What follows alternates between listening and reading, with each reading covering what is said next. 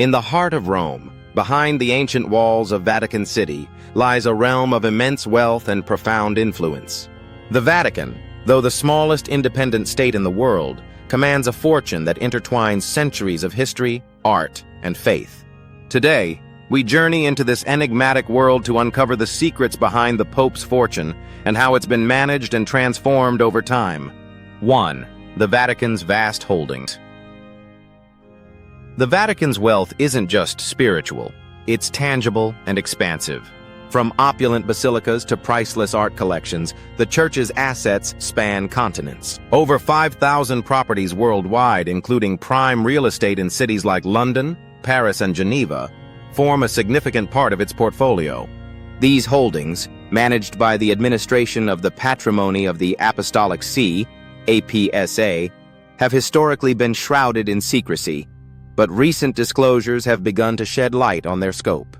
Yet these aren't just grand monuments or empty buildings, they are powerful financial instruments.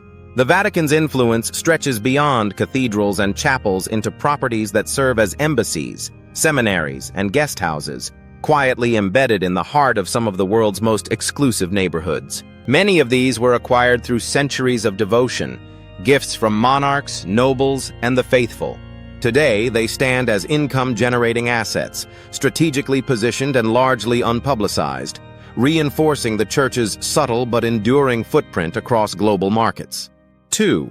The Vatican Bank, a financial powerhouse.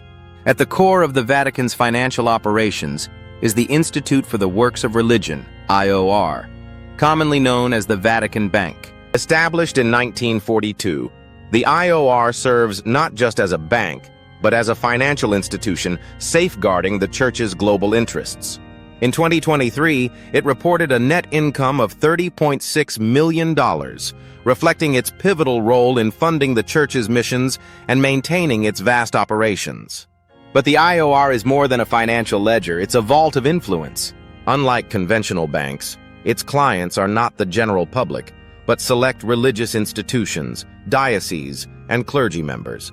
This exclusivity gives it a quiet, elite stature, far removed from Wall Street flash. Over the decades, the bank has faced scrutiny and scandal, but under recent reforms, it has shifted toward transparency, tightening compliance with international standards while preserving the discretion that defines Vatican finance. It's a delicate balance, maintaining the sacred aura of the Church while operating a financial entity with billions under management. 3. Pope Francis, a humble shepherd. Contrasting the opulence of the Vatican's assets, Pope Francis chose a path of humility. Rejecting the grandeur of the Apostolic Palace, he resided in the modest Domus Sanctae Marthae guesthouse.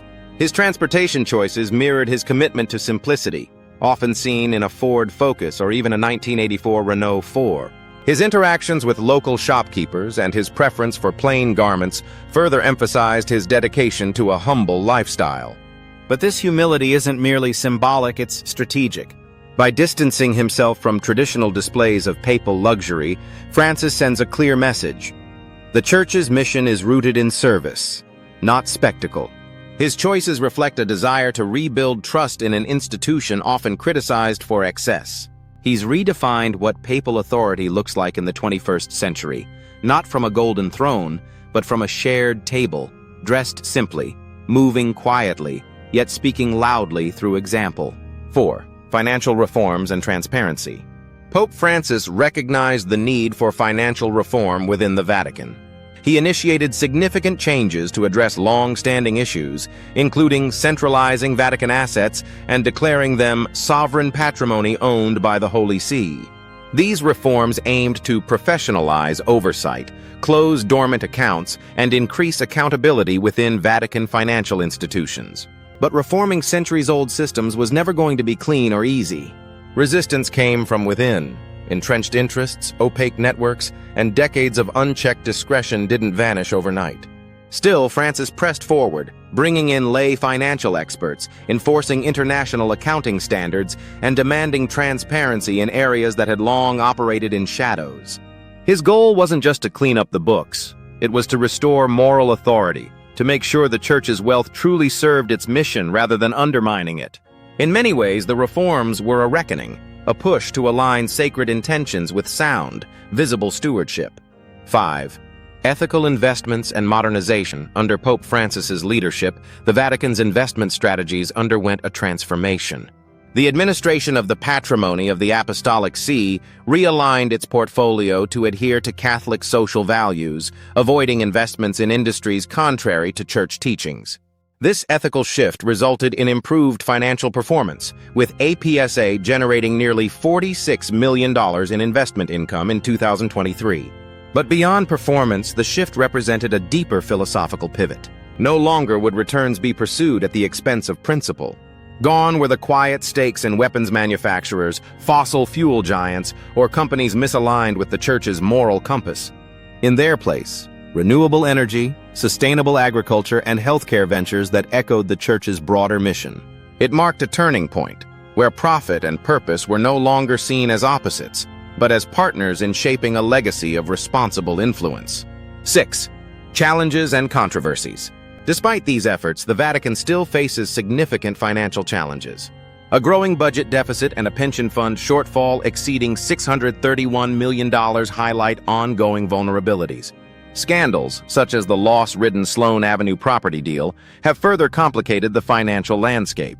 These issues underscore the complexities of managing the Church's vast resources in a modern context.